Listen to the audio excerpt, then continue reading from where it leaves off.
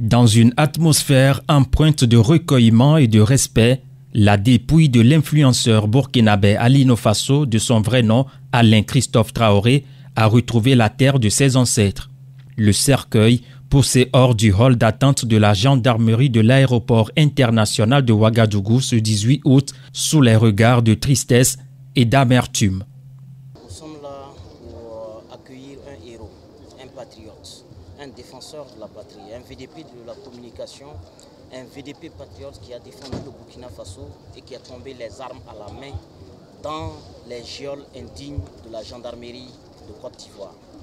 Nous sommes là pour l'accompagner, pour lui dire que le peuple burkinabé tout entier, choqué et traumatisé par sa disparition tragique, reste solidaire de lui, de sa famille et de tout le peuple burkinabé. Que les autorités du Burkina Faso sont mobilisées. Le peuple tout entier s'est mobilisé et nous avons obtenu une victoire sur le pouvoir d'Abidjan qui voulait confisquer le corps d'Alino Fasso. Les faits remontent à environ 3 semaines.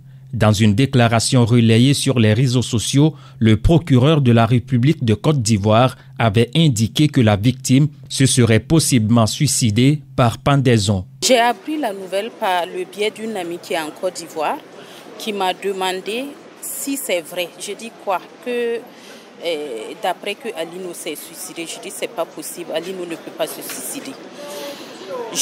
Depuis la dernière fois, depuis la prison, je n'ai plus eu de ces nouvelles. Je ne sais pas dans quelles conditions il était incarcéré.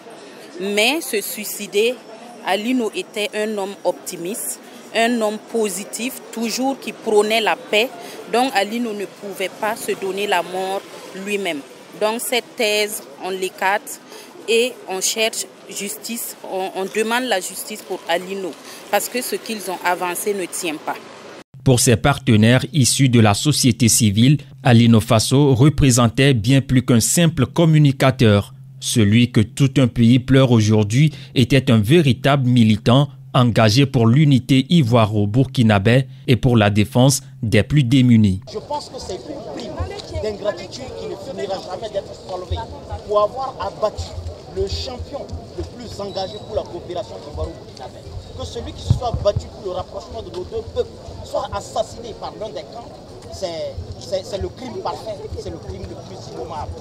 Qu'il sache qu'il ne s'est pas battu pour des ingrats, pour des gens mal reconnaissants, mais que son sacrifice est encore frais et continue de nous traumatiser. Et nous espérons que la terre du Burkina pour laquelle il s'est battu, toute l'Afrique pour laquelle il s'est battu, ces hommes et ces femmes qu'il a défendus en mobilisant des ressources pour leur donner la vie, et qu'il ait perdu la vie aussi facilement et aussi cruellement, ainsi que Alino Fasso puisse demander à ses bourreaux qu'est-ce qu'il a pu faire pour mériter cela. Du tarmac de l'aéroport jusqu'à la morgue de l'hôpital Bogodogo, des milliers de Burkinabés, pour la majorité vêtus de blanc, se sont rassemblés pour rendre un dernier hommage à ce militant. Ils exigent que justice soit rendue pour Alino Fasso et prient pour que Dieu transforme les œuvres sociales du défunt en bénédiction éternelle pour son âme.